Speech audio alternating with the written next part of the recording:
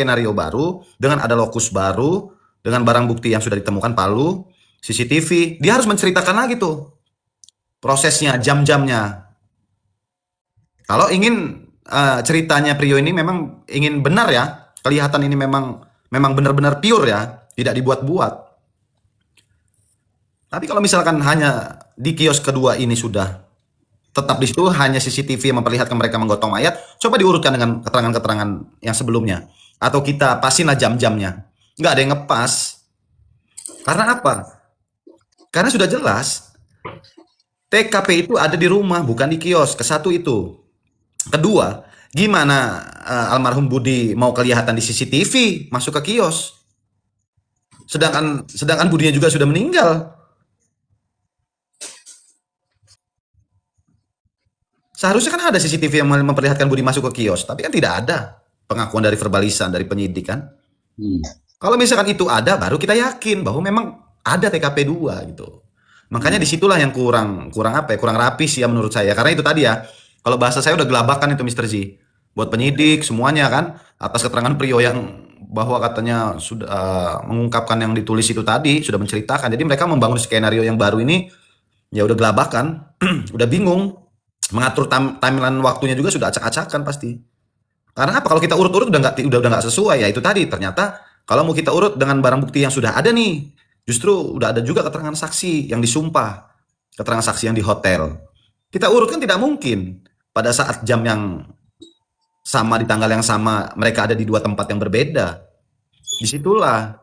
Tapi kan ya itu tadi ya seharusnya dari kasus ini yang justru kita patut apa ya? Salah satu janggalnya dari pihak keluarga korban ya, dari keluarga korban, di mana mungkin kalau di antara kita ya ting bating ini ya, kalau misalnya kita memposisikan diri kita sebagai keluarga korban, justru kita mendukung Pak Tony.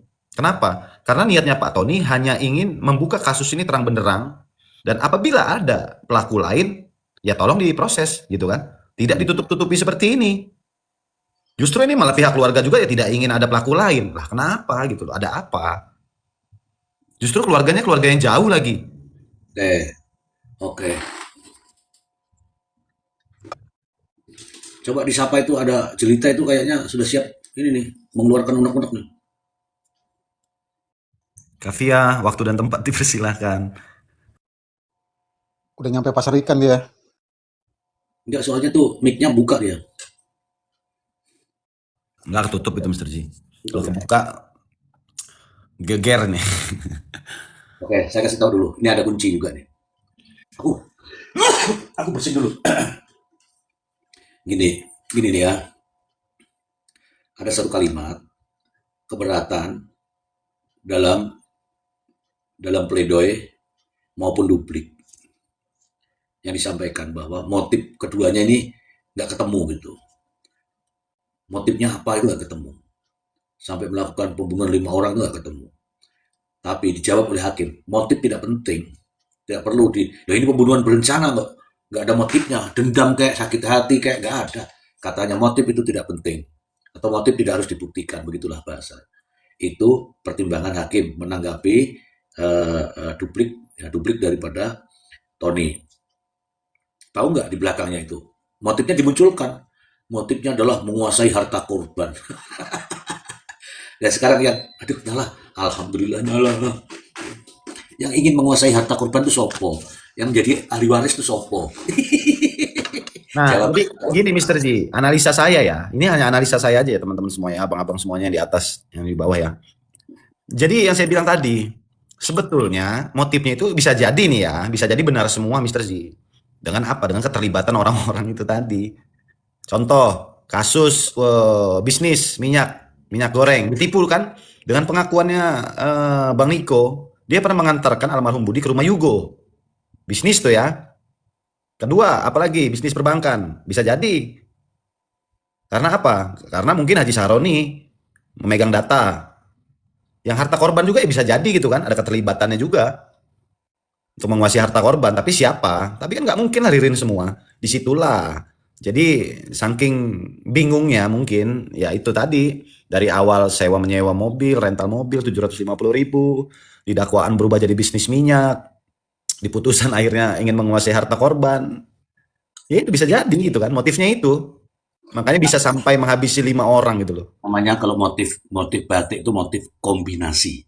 Nah, ya kan saya bisa jadi nih, kalau kalau analisa saya bisa jadi itu memang ya pelaku-pelaku yang belum tertangkap ya. Karena saya meyakini bahwa ada pelaku lain dengan apa? Dengan CCTV 0501. Walaupun itu sudah diakui Prio ya kan. Tapi masa iya sih gitu, Mister Emang ini Z? emang ini Prio ini. Nah iya makanya saya bilang masa iya seorang hakim gitu kan tidak bisa membedakan itu. Apa memang apa ya keyakinan hakim memang percaya gitu. Ya tapi memang buktinya percaya sih akan keterangan Prio ya kan.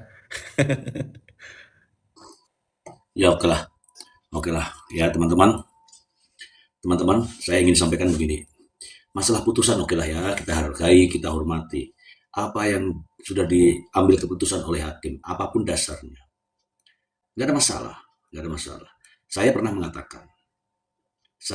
mengatakan, jika saja pendekatannya adalah pendekatan normatif, maka saya mengatakan tuh, indubio pro reo. Tapi kalau pendekatannya adalah pendekatan asumsi negatif, saya tidak tahu. Dan memang benar ini dua pilihan. Dua pilihan. Bahkan pandangan hakim di sini, teman-teman ingat ya, pandangan hakim di sini dominan. Padahal yang perlu dipandang adalah pertanyaan-pertanyaan hakim itu sendiri. Ketika hakim bertanya, apakah CCTV ini sudah digital forensik, itu harus diingat itu. Apakah ada siapa namanya itu Budi masuk toko atau keluar toko, harusnya juga itu jadi pandangan hakim. Bagaimana jaksa menghadirkan apa itu bukti apa itu yang tidak ada tanda tangannya itu fotokopian lagi, harusnya itu juga harus menjadi pandangan hakim bahwa jaksa tidak mampu menghadirkan alat bukti. Atau ada lagi pandangan hakim, harusnya itu menjadi pandangan hakim ketika pembuktian lanjutan di di di saat replik. Nah, itu seharusnya ya teman-teman ya. Tapi oke lah, ini sudah menjadi sebuah putusan. Kita hormati, kita hargai. Oke, dengan kita menghargai, kita menghormati artinya kita juga mempertanyakan legalitasnya ini semua ya yang selalu kita bahas. Jangan pernah bertanya, ini terutama para kuman-kuman, jangan pernah bertanya, buktikan dong, buktikan dong. Nah, jangan pernah bertanya. Pertanyaannya, ya, pertanyaannya, sini alat buktinya saya bantu gratis, biar semuanya benar. Ini benar loh ini, nggak main-main. Saya ikhlas loh. Bawa sini itu file-file CCTV-nya, kan sudah selesai nih, file-file CCTV-nya, biar saya bacain, biar saya olah. Nanti saya kerjasama dengan Bang Ai. Begitu. Terakhir Bang Ai.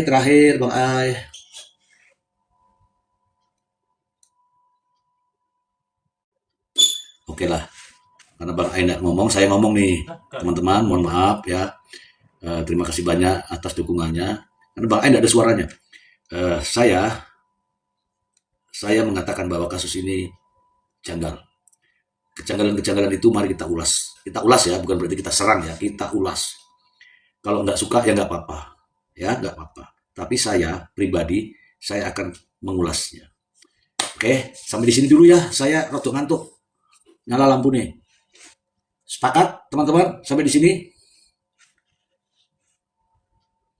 Kelihatannya kok berat sekali kali.